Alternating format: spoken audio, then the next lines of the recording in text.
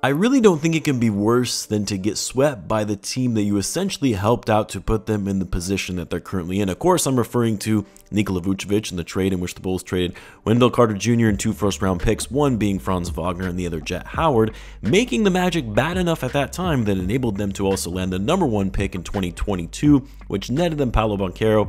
And it almost seems like every time the Bulls play these guys, they just take it a little more personally. You always see Wendell Carter coming out with a bit more of an edge for these matchups. For some reason, the Wagner brothers are always going crazy in these matchups as well, and you would think that Vucevic would maybe have a little more pride and try to show up well against his former team that traded him to go on for a rebuild, but no.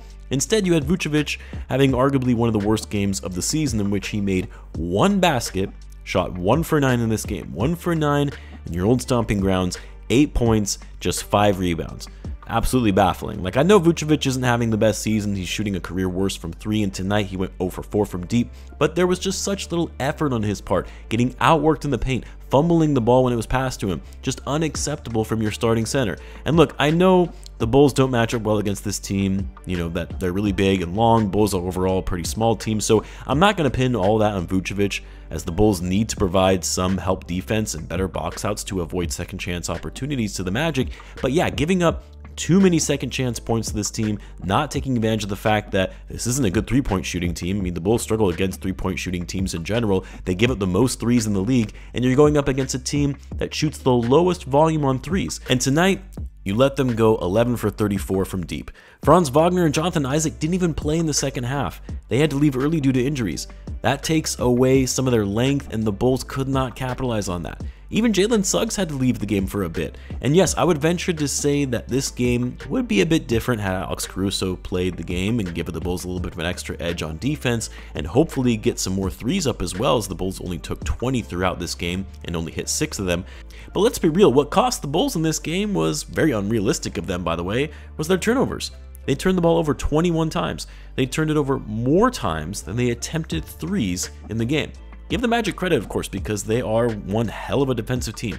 #2 in the league by defensive rating. They hustle and fight on that end of the floor, and they certainly forced a good amount of those turnovers. But some of those were just unforced by the Bulls, bouncing the ball off their foot. Bad pass that goes out of bounds, or a bad pass right to a Magic player. I mean, a game like this brought me back to that first season under new management and Billy Donovan, when the Bulls were one of the highest turnover teams in the league, and it was common to see them turn the ball over 19 or 20 times in a game. The Bulls are one of the best teams at taking care of the ball this season, and they were just sloppy, not focused, and horrible at executing on offense.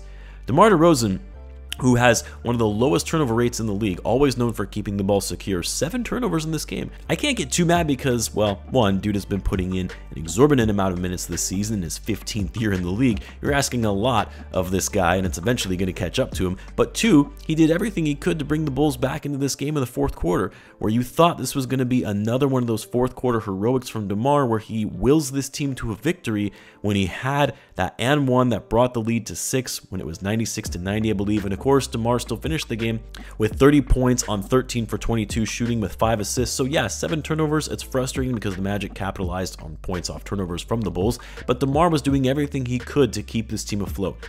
And you weren't really seeing much offense from your other primary scoring options in Vucevic and Coby White. Now for Coby, obviously left that game early against the Knicks. Glad to see that it wasn't that serious, given he was questionable for this game and ultimately played.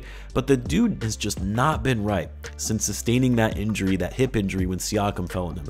I'm sure the amount of minutes and it being the end of the season has also caught up to him as well, but he's really struggled with his shot, and he hasn't been the same with his ability to get to the rack and finish at the hoop.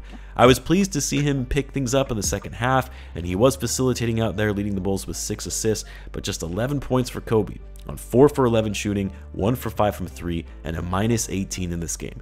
We're gonna need to see more from Coby White than this. It's gonna be so critical for that playing game against the Atlanta Hawks. More from Coby and Vucevic, of course. The Javonte Green effect, yeah, maybe wasn't there as much tonight as far as getting the guys riled up, and I thought, you know, with him starting, that would be a great way to get them energized from the jump, but no, the Bulls only scored 14 points in the first quarter.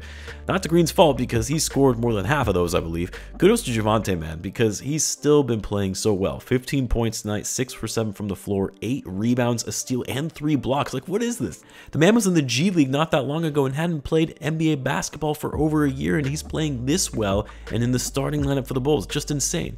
Ayo had a decent game, although he turned the ball over a lot in this one too. Him and Javonte were the only ones who could hit threes tonight, apparently. And then Drummond was the only other bright spot, who I thought should have gotten more playing time. And the Bulls should have run with a double big lineup a little bit longer in a game against a team like the Magic, given their size. But when Drummond was out there, the Bulls played much better. He was the only player on the team who had a positive box plus minus in this game. He was working the offensive glass, was finishing significantly better than Vucevic. Overall, 14 points on 7 for 9 to go along with 10 rebounds and 2 steals. I mean, the other thing I'll say about this game, as I'm looking at the box score further, goes back to the math problem. When your opponent is able to generate more possessions and shot attempts than you are, and by a wide margin at that. Like tonight, where the Bulls shot the ball well overall. They were 50% from the floor, but they had 75 attempts compared to the Magic's 90. A lot of that was turnovers, but it was also the Bulls allowing way too many offensive boards, and of course, the Bulls' slow overall pace, which has been a theme all year, as they have been hovering at the bottom of the league in pace. Anyway, I guess the only silver lining in this is that the game doesn't really matter that much.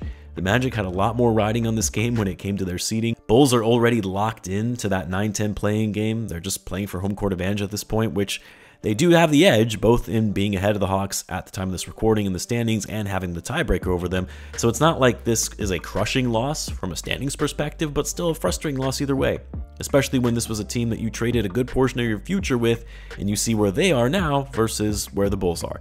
Anyway, the Bulls are off tomorrow, back at the UC against the Knicks again on Tuesday. Until then, guys, as always, be sure to subscribe, and I will see you in the next one.